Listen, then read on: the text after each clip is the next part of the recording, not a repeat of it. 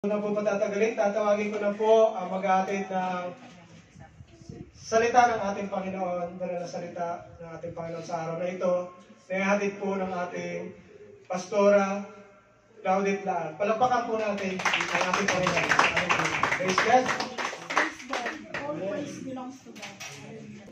So, ang pag-aaralan po natin ngayon ay about sa pananampalataya. So, buong buwan po about sa pananampalataya. Amen. Focus. Yeah.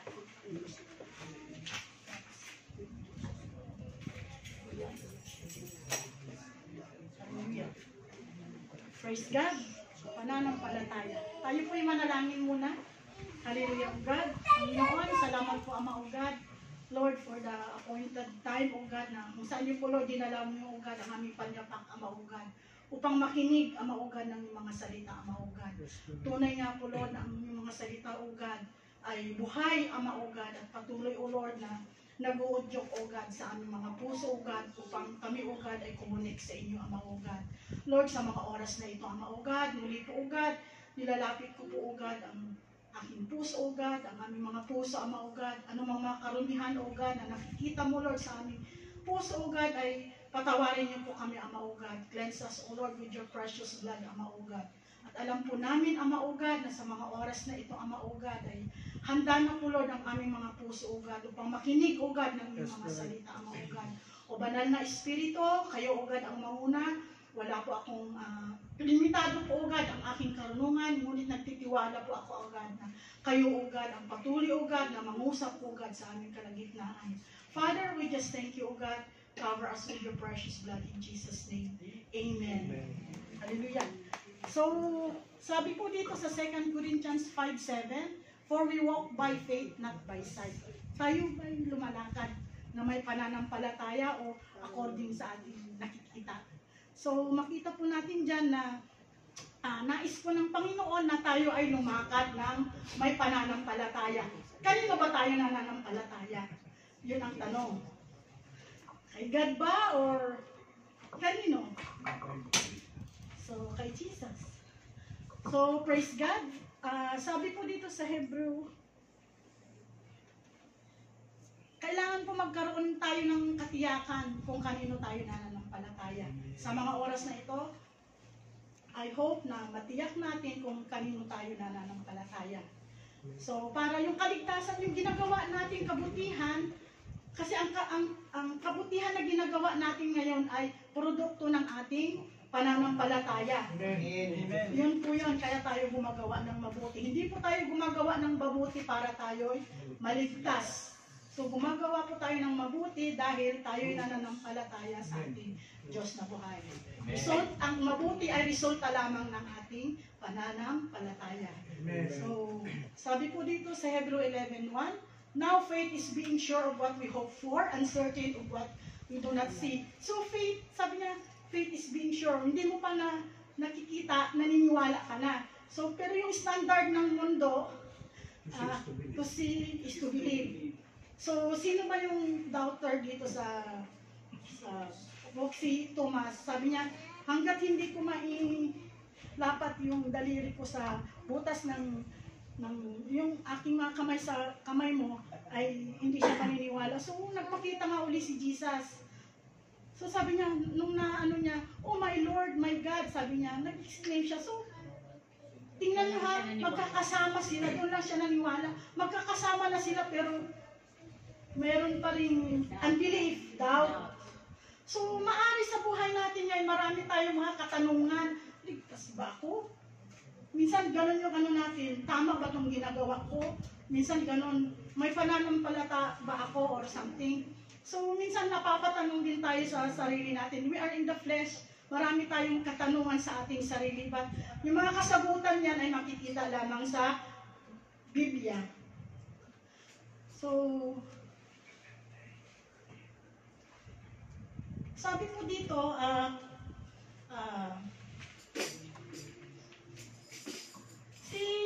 si Rahab po, may pikwento po ako. Si Rahab, time na ni Joshua yon.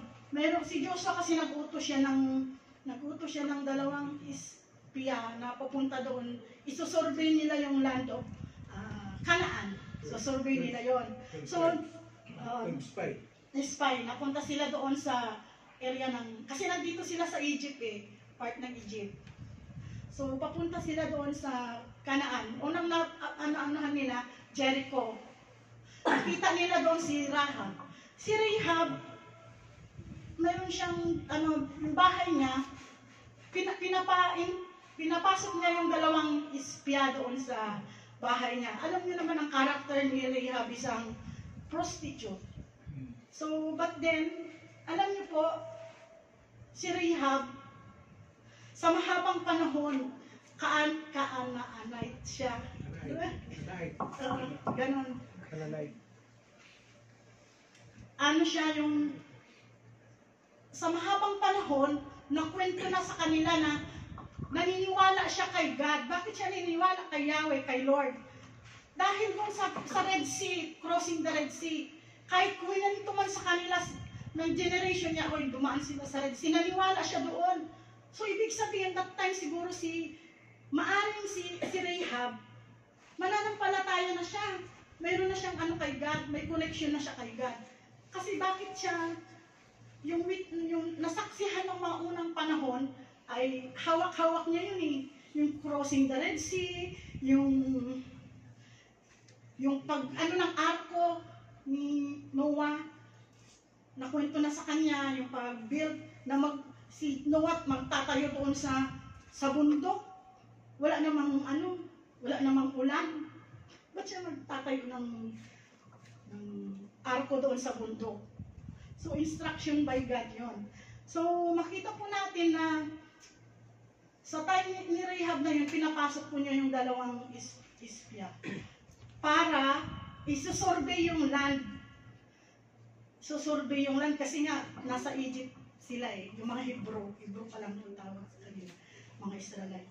So, nakita naman nila yung place. But then, nung nakarating na sila sa bahay ni Rahab, sinundan sila ng hari, ng Jericho. So, parang may dalawang pumasok dito na pero ang ginawa ni Rahab, tinago niya ata doon sa top ng bahay, nag-stay siya doon ng sabi niya, wala dito, wala nakaalis na, pwede sundan nyo na lang. Sabi, sundan nyo na lang. So, umalis na rin yung tapos close yung gate. So, ibig sabihin, ako na imagine ko kung ano yung mga places nila noon, siguro, malaking lugar, tapos may gate. Bakit isasarado nila yung gate? Sasarado nila yung gate. So, inabot sila doon ng ilang araw hanggang lumipas ng 3 araw, bumaba na sila at babalik sila doon sa Egypt. Ngayon, sabi naman niya, tinulungan ko kayo, sabi niya. Tinulungan ko kayo, ano naman ang pwede mong i-promise sa akin at sa aking family? Sabi ni Rahab. So, kasi alam nila na sasalakay yung mga na yun eh, mga Hebrew pagdating ng panahon. Sasalakay silang papasok doon sa promised land. So, ang nangyari, ano naman ang ipapromise mo? So, ganito, maglagay ng cord, red cord sa bintana, sa bahay ni Rahab, para pagsasalakay yung mga Hebrew, lahat sila, yung red na yon, ibig sabihin, hindi sila gagalawin. So, ang na yon, isama mo pati yung mga family mo sa loob ng bahay na yan. Family, kamag-anak, lahat, isama mo doon. Pag may makita silang red cord doon sa window, hindi sila gagalawin. So, makita natin na napakahalaga po ng red cord na yon. Bakit? Kahit nung time ni, may security doon eh, basta doon lang kayo sa loob. Sa time din ng Exodus, sabi niya, every doorpost, yung may plague na, lagyan mo, markahan mo ng dugo. Pero nandun sila sa loob lahat. Nasa loob sila lahat para lalagpasan sila ng, yung death. Yung plague ng death, may spare sila. So, sa time naman ni Jesus Christ, nasa New Testament na tayo, yung pagtanggap natin kay Jesus Christ, inanon niya tayo, siya nga yung naging lamb natin, tapos tinanggap natin siya, yung blood ni Jesus Christ, nag-ano na sa atin, pinur out niya sa atin, tinanggap natin siya bilang Panginoon natin at saka tagapagligtas. So, yung security natin nandyan na, secure na tayo sa lahat ng bagay. So, pag tinanggap natin siya, secure na tayo sa lahat ng bagay. Basta huwag ka lang lumabas sa, ano niya, sa aquarium niya, huwag ka lang lumampas. Kasi pag lalampas ka doon, hindi na siya responsible doon. Sarili na natin ang doon, ang may accountability. So makita natin yung mga red na yan, 12 tribes of Israel, 12 tribes. May mga meaning kasi po yun. Yun kay Rehab, yung pulang tie, yung red na at saka kay Jesus Christ tayo na yun, yung tinanggap natin siya. Namatay sa cross ng Calvario para sa atin. So, blood, red. So, yun po ang ng Panginoon. So, dito po sa ating pananampalataya, alam nyo noon, wala namang mga libro. Pero naniniwala sila kasi dahil doon sa mga miracles. So, yung paniniwala nila naka-anchor doon sa mga miracle na ginawa ng Panginoon. Sabi nga niya dito, dapat akong nagmamadali. Sabi dito sa Psalm 119:160, the entirety of your word is truth, and all your righteous judgment or ordinance endures forever. So makita natin na totoo yung salita, hindi man wala pang libro noon, pero naniniwala sila. So ang nais ng Panginoon, nagkaroon ng continuity ng pananampalataya kasi wala tayo ngayon dito kung hindi sila nagpatuloy doon sa nakita nila, sa mga promise ng Panginoon, sa mga naranasan nila, yung mga paniniwala nila ba na, yung mga miracles na ginawa ng Panginoon. So, praise God. So, sabi po dito, naalala ko po na, nung bata pa po tayo, alam niyo yung mga bata, pagdating sa school, bubuksan nila kaagad yung ref. Sabi nila, ay, pagkain. Kakain yan. Araw-araw yan. Halos hindi nga yung pagkain, kainin. Pero yung naglagay doon yung nanay. Sabi niya, araw-araw, busog, akyat, pahinga. Maya-maya isang araw, itong sabi niya, ma, walang yung nag-provide doon sa loob ng ref. So, gano'n din tayo dapat. Huwag na tayong lumayo doon lalapit tayo kay God. Kasi, tayong bata, sa nanay tayo lalapit, ma. Sabi natin, walang pagkain, di ba ganun kagad ang natin? So, dapat tayo din ganun. Nasa freezer, nasa kaldero. Hindi doon sa ibang, Sa kaldero. So, praise God. So, faith is not about how much biblical knowledge you have or how many scripture you can memorize or recite. It is simply knowing how good God is. So, lagi natin napapasalamatan ang good ng God kung yung natin sa Kanya, yung presensya na hindi nag-i-stop yung pasasalamat natin. Nakarating ka lang doon sa paroroonan mo. Thank you, Lord. Di ba? Amen. Amen. So, praise God. The way we think today, right now, will affect our future. So, kailangan maging yung perspective natin, maging godly. Kasi kung labas tayo sa ng Panginoon, may iba yung landas natin. So, walk by faith. Kung tayo lumalakad na may pananampalataya, ito ay eternal, hindi nakikita. Kung walk by sight naman, limited, hindi nagtatagal. Sin, nakikita. So, kung sight, talagang nakikita. So, sinabi po dito sa 2 Corinthians 4:16-18, therefore, we do not lose heart. Though outwardly we are wasting away, yet inwardly we are being renewed day by day. For our light and momentarily troubles are achieving for us an eternal glory that far outweighs them all. So we fix our eyes not on what is seen, but on what is unseen. Since what is seen is temporary, but what is unseen is eternal. So, tingnan natin, eternal ang unseen. So, bago tayo magpatuloy,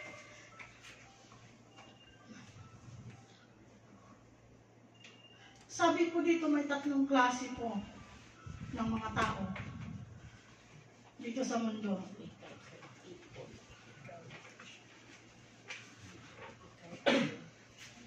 May tatlong tao, sabi ko dito. Natural. Natural kind of person. Natural. Yung, ano lang, nung natin kilala si Panginoon, lumalakad tayo sa sarili nating kagustuhan, yung sariling kaalaman. So, natural lang, wala tayong connection kay God. Kung iisipin mo, para tayong lumalakad na patay. Kasi pag mamatay yung physical body natin, yung natural, kasama din yung kaluluwa, mapupunta saan mapupunta? Pag natural katawan ka, sa hell, kasi wala kang connection kay God. So, sabi po dito, natural person, a person without the Spirit does not accept the things that come from the Spirit of God, but considers them foolishness and cannot understand them because they are discerned only through Spirit. So, wala lang. Parang kahit minsan, Kristiyano ka na tapos pagsabihan mo yung ano, hindi niya yung maintindihan. Foolishness yun sa kanya. Ay, hindi yan totoo. Sabihin sa'yo, hindi yan totoo. Maniwala ka naman dyan. Ganon ang isasagot sa'yo. Fake news. Katulad ng fake news. Sige. So, yun po. Basta ano siya, sarado siya. Natural. Natural person. Ayan, ganon. Yan lang, unbeliever, body, conscience, soul, and wala, puro sarili lang ang inaatupag nitong natural man. So, lipat tayo sa spiritual man naman. Sabi po dito sa 2 Corinthians 2:15-16, For we are like a sweet-smelling incense offered by Christ to God, which spreads among those who are being saved and those who are being lost. For those who are being lost, it is the deadly sense that kills. But for those who are being saved, it is a fragrance that brings life. Who then is capable for such a task? We are not like so many others who handles God's message if it were cheap merchandise. But because God has sent us, we speak with sincerity in His presence as servants of Christ. So, spiritual. Di ba?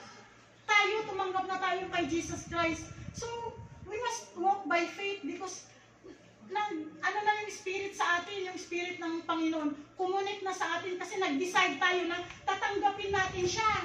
Di po ba? Nag-decide tayo na tatanggapin natin siya. So, the Spirit of God is with us. So, alam natin yung tama at mali. Alam natin yung dapat nating iwasan at dapat nating gawin. So, minsan nga, sa prayer, yung Spirit sabi sa'yo, mag-pray ka. Pray ka na. Pero yung katawan mo, ayaw ka. Minsan ganun eh. Kasi minsan bumangon. Parang yung flesh natin nangingibabaw. So, yun po ang ano ng Panginoon. Lagi itong nakakonect kay God, Spirit.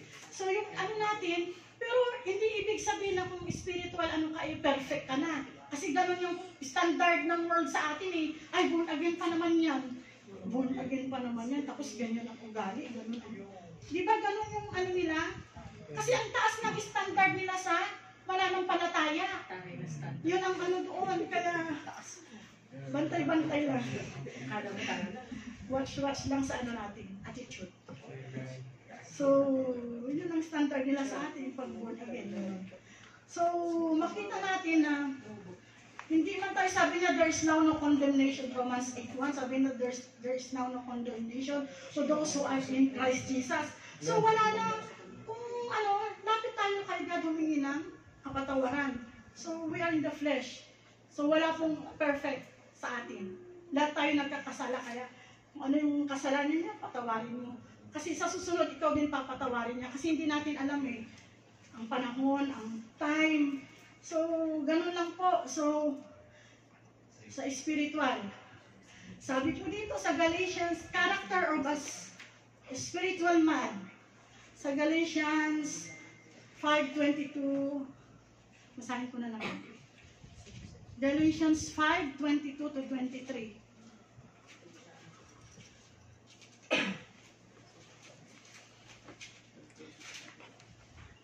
Sabi ko dito,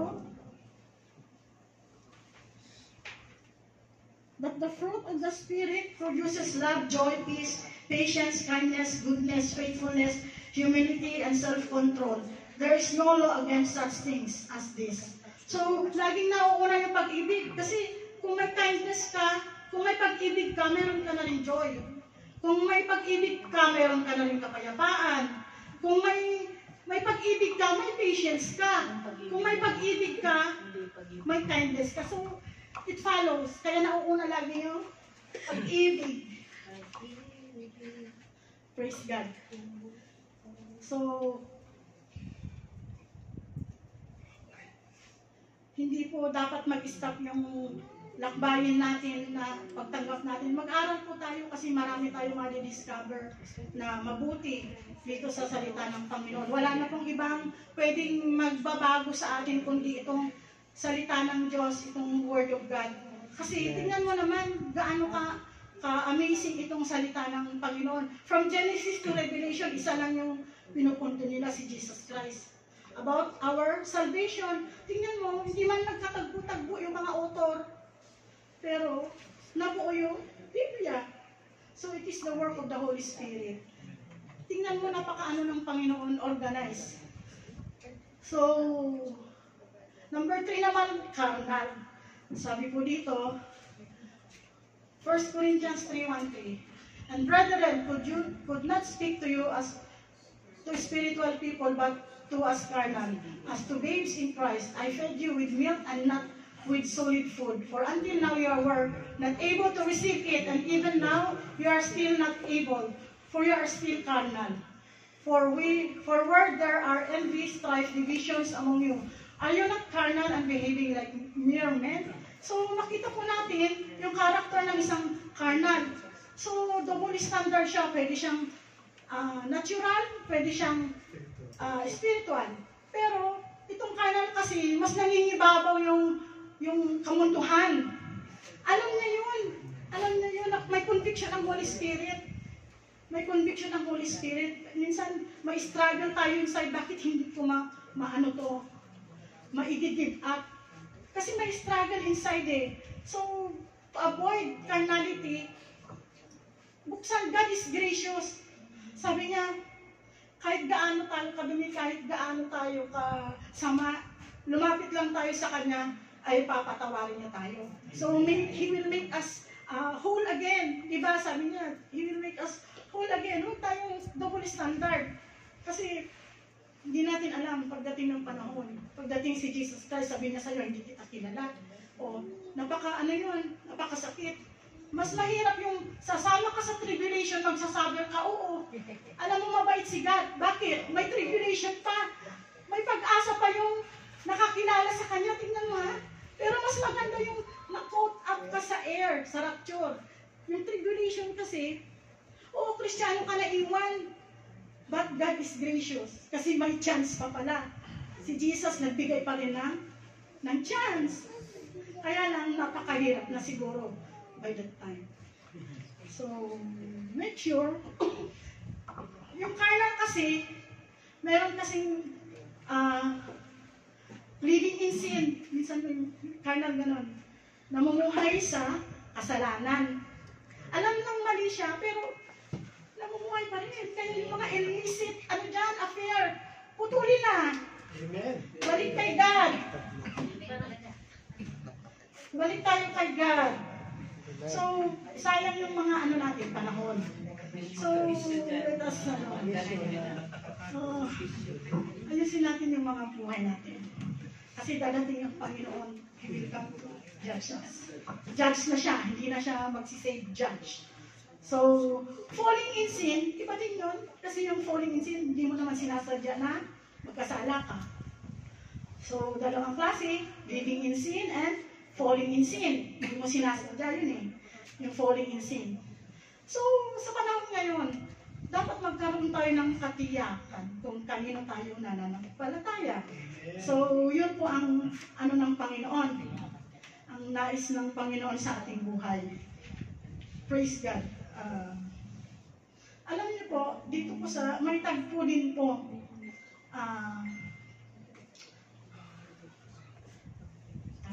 kasi marami na. The two kinds of knowledge. Ito, sense knowledge.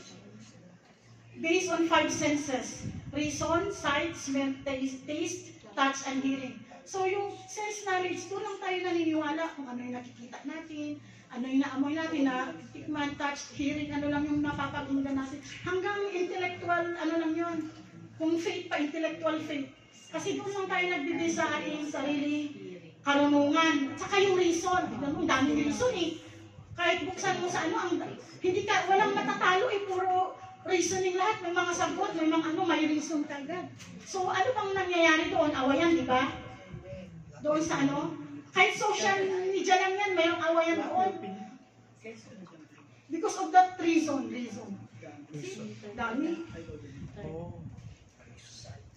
Kaya nagkakaroon ng ano, bakit hindi magkakatugma kasi yan, ang ano natin, sense knowledge. Isa din, revelation knowledge based on God's Word. So, dito po tayo sa revelation knowledge based on God's Word. So, kailangan yung faith natin naka-anchor sa salita ng Panginoon. Sabi nga dito, ito yung Bible na doon yung, kung gusto mo maging successful, yun ang gagamitin mo, bubuksan mo. So, sinabi sa Joshua, meditate it day and night and you will become successful and prosperous. So, ang daming promise ang Panginoon na mababasa natin sa salita ng Panginoon. Kung love story, doon ka rin. Kung about sa girahan, pwede ka rin magbukas doon. Dami, kumpleto yan. Kumpleto yung ano ng Panginoon, yung salita niya. So, praise God. Huwag po tayong mag-base doon sa mga, minsan, lagi tayong nagbabasa ng mga daily bread or something. Minsan kasi mga experience nila yun. So gusto ng Panginoon ma-experience that din natin yung word niya para mayroon tayong kikwento. Para mayroon tayong testimony. Kasi kung lagi nating binibase yung ano natin dun sa mga pagbabasa ng mga kung ano-ano kumukuha ano doon, parang mas epektibo yung ikaw mismo ang makakaranas doon sa salita ng Panginoon para epektibo ka rin. So, praise God. Ito na. Punta tayo sa example. Si Adam and Eve. Si Adam and Eve, harap-harapan nilang nakakausap ang God. Diba noong unang panahon? 6,000 years ago. Harap-harapan nilang nakakausap si God. Tapos, sabi niya, huwag niyong kainin nyo lahat kasi perfect yung lugar, yung place. Huwag niyong kainin ito, pero nawala yung ano nila, yung paningin nila, yung perspective nila kay God. Nawala yung sight nila, napunta sa sarili nila. Say, oy, sarap dito. Oh. Diba anong nangyari? Anong nangyari sa buong mundo? Nung ginawa nila, na out of sight sila. Na out of sight sila. Anong nangyari?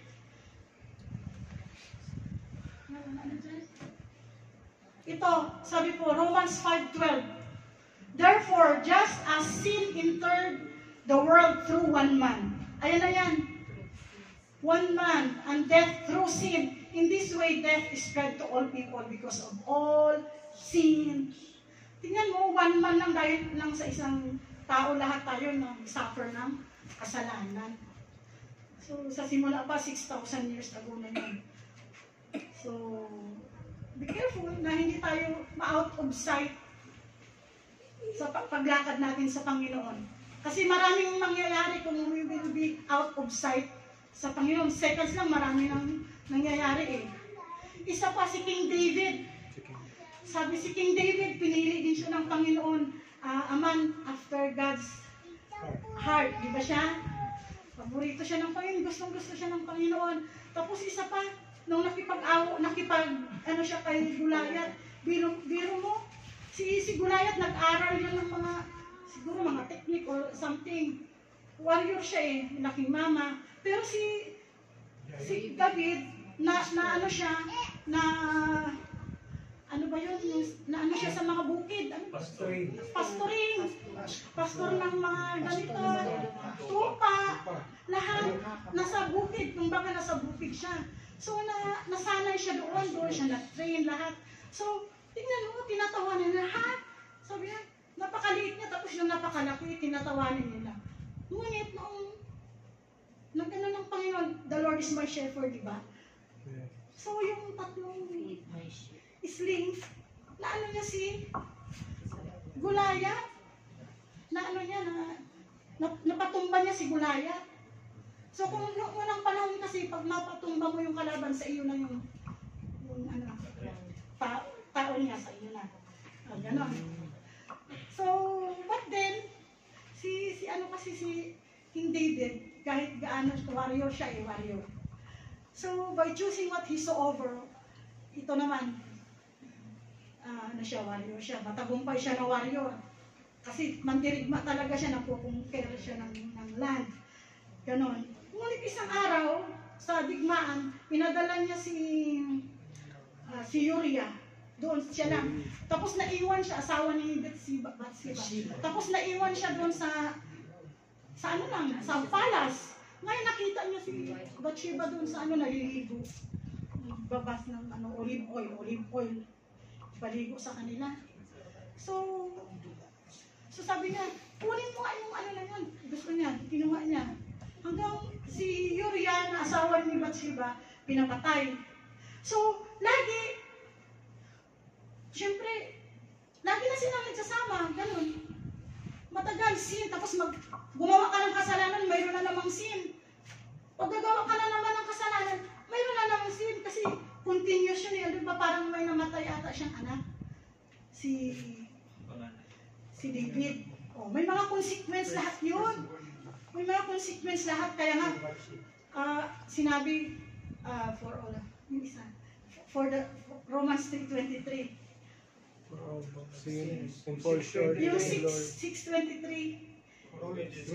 For the wages of sin is death, but the gift of... So, laging yung kataga na yun, mayroon talagang consequence.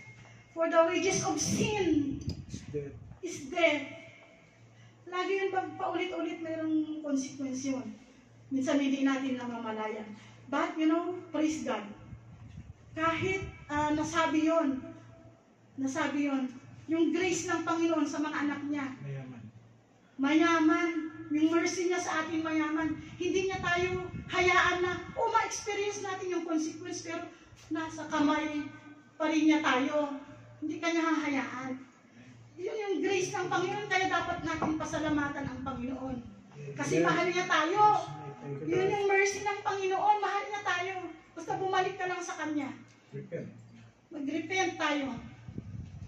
So, naalala niyo din po yung dalawang magnanakaw sa cross.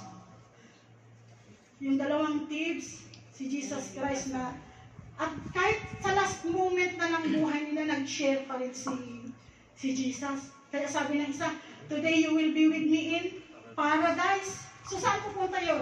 Sa heaven. Yung isa, kaya mong ibaba yung Diyos ka pala eh. Yun, pupunta yun sa hell. So it is a picture of heaven and hell.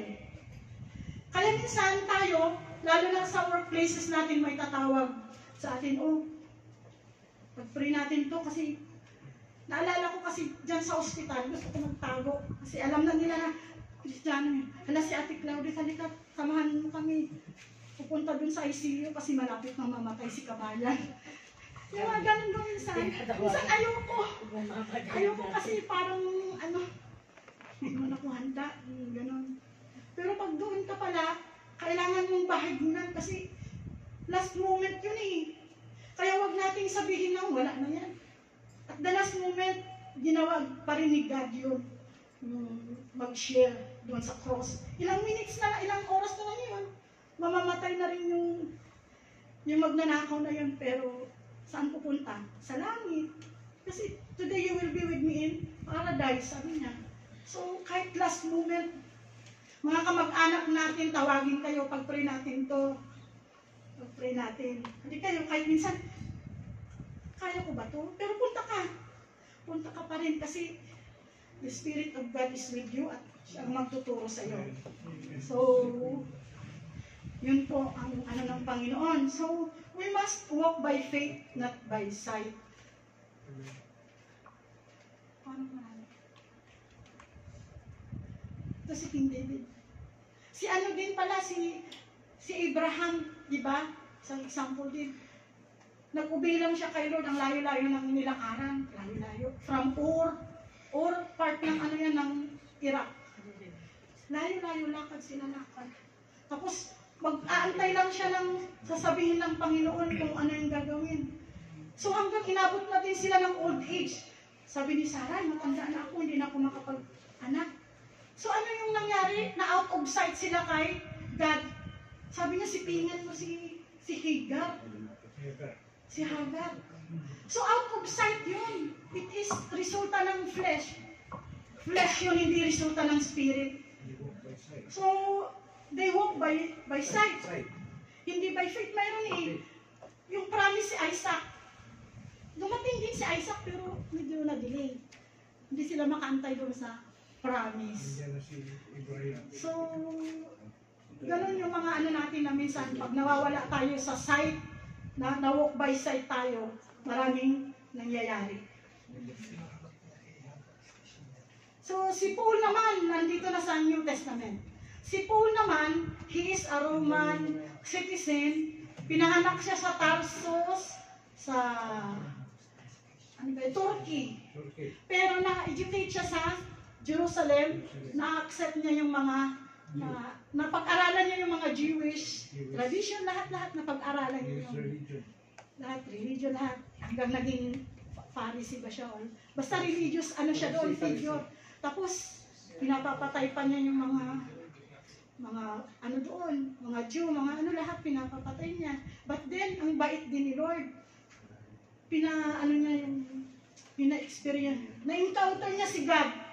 Diba? Nabulag siya ng 3 araw. So, bakit pinipersecute mo yung mga kalahi niya? Mga ano, bakit yung pinipersecute? Mga ano yan mga ano siya, mga ano ng Panginoon. So, doon siya namulat. Kailangan pa ba natin magkaroon ng ganong encounter na mabubulag pa tayo para ma-encounter natin si God? Huwag na, magpatuloy tayo kasi tinapos na ni Jesus Christ yan 2,000 years ago. So, praise God kasi dumating si Paul, siya yung ginamit ng Panginoon na maging missionary. Una siya nag-missionary sa Europe. Banda doon. So marami po siyang nadaanan kasi na-experience na niya si Jesus. Dami niyang na-persecute na siya lahat-lahat. Kasi, ito yung Paul na yung mamamatay tao. Tapos, na-transform siya ni God. Diba? Naging siya ng gospel. Nag-i-spread siya ng gospel ni God, ni Jesus. So, ganun pa man, kahit ganun yung naranasan niya, wala na siyang pakialam kung anong mangyari sa physical, physical, sa katawan niya. Wala na siyang pakialam. So, makita natin na it is by faith, sabi niya, faith.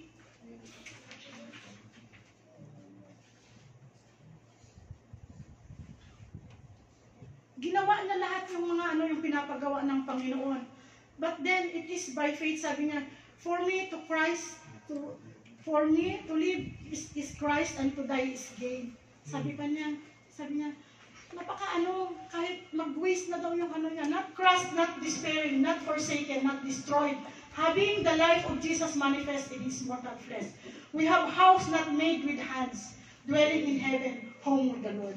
So, niya, home with the Lord siya kasi kahit gaano man kahirap yung naranasan niya sa lupa, nagawa niya yung pinapagawa ng Panginoon sa kanya na ibahagi yung gospel na si Jesus Christ ay namatay para sa iyo.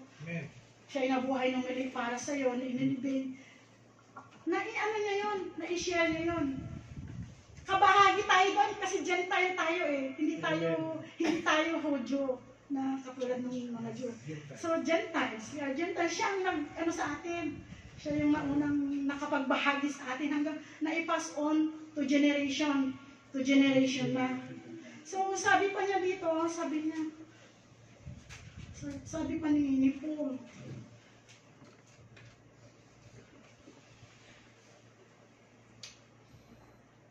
sabi niya sa Galatians 2:20, so that it is no longer I who live, but it is Christ who lives in me. This life that I live now, I live by faith in the Son of God, who loved me and gave His life for me. So, makita po natin na I refuse to reject the grace of God. But if a person is put right with God through the law, it means that Christ died for nothing. See? Christ died for nothing. Huwag yung I am not a Filipino for nothing. We should, sabi nga hindi ako, sabi niya, basta kay Jesus Christ lang siya mamamatay. So, this is an earthly, mamamatay, magdi-decompose. So, ang natin, ituon natin yung pananampalataya natin kay Jesus Christ. Lahat naman itong mga natin, talaga, pabalik sa 6 feet below the ground. Ang importante yung spirit natin na nakakunik kay God, pagdating ng panahon, makakasama natin siya. So, sa mga panahon ngayon, nais ng Panginoon na ilipat natin yung pagtitiwala natin kay Hesus Kristo. Kuya, paano naman ng dalawang upuan? Dalawang upuan. Saan po? Ilagay mo lang. Wala tayong upuan ito. Dito, umupo ka dito po. Ako po din ako. Ako din po isa. Hindi pa lang isa na. Sa takbo. Sabi ko nila, sige. Ito, nabubuhay pa si Kuya, sa natural, kamunduhan. Ito siya, nagtitiwala siya sa edukasyon, sa opinion of others, sa superstitious belief. Sabi niya, wala namang mawawala pag, maniwala ka. Minsan niya, naalala ko, nung nagpapatayo kami ng bahay, lahat na ng coins nandun sa hagdan. Di ba may mga gano'n Tatakbo yung Isa, bagya. dalawa, tatlo. hagdan. Tapos pag may mamatay daw, bawal magwalis. Mga gano'n. Ang Waliyak baliyak ng na lang kami. kabaong. Ang dami. Sabi naman, wala namang mawawala. But be careful. So, sa tradisyon, ano ba yung mga tradisyon natin na natutunan? Magmula nung pinanganak tayo hanggang noong naging born again tayo. Fiesta. Marami! Mga tradisyon. So, yung mga, sa Chinese, ping-ping sa mga pinto, mga punso. Feng Shui. So, kapangyarihan, good works, akala natin, yung good works natin, tatanggapin isang lang yan, basahan kay God, kung wala tayo. Ngayon, itong mga to, matagal tayong, ilang taon na kayo, Faith? Ilang taon ka na? 28. Oh, biro mo, 28 years kang namumuhay na ganyan yung mo. Sinusundan mo, pinapaniwalaan mo. Ako, 57 years, pero na-born again ako noong 1990. So, matagal na panahon. Magmula noong, i-count mo nga magmula noong pinanganak ka hanggang noong na-born again ka. Dapat tandaan niyo kung kailan kayo tumanggap kay Jesus Christ. Yun yung spiritual birthday natin. So, tandaan natin. So, itong mga to, naipasok lahat sa natin, sa heart, lahat sa natin, pagkatao natin, naipasok na lahat yun. But then, nung nakilala natin si Jesus Christ, nag-respond tayo sa kanyang pananawagan, itong mga to, ilipat natin yung paniniwala natin. Dito tayo naniniwala eh. Ilipat natin ang paniniwala natin. Kay, lipat ka dito. Oh, ipakita mo. Ilipat natin ang ating pagtitiwala mula sa ating mga lumang nakaraan ito kay Hesus Kristo. So, ito ngayon, itong upuan na to, hindi pa niya madadala sa buhay na walang hanggan. Amen. Dahil sumusunod ka dito sa mga bagay na to. Hindi ka niya madadala. So, lumipat ka ng iyong pananampalataya kay Heso Kristo na siyang magdadala sa'yo habang yung kaligtasan mo hanggang eternal. So, lipat ka kay Jesus Christ. Amen. Kasi siya yung magdadala sa'yo hanggang sa buhay na walang hanggan. Tayo, di ba tayo? So, praise God. Boto si Marlo. Praise God. Itong ano na to, maraming susi dito. Susi. Daming susi, ha?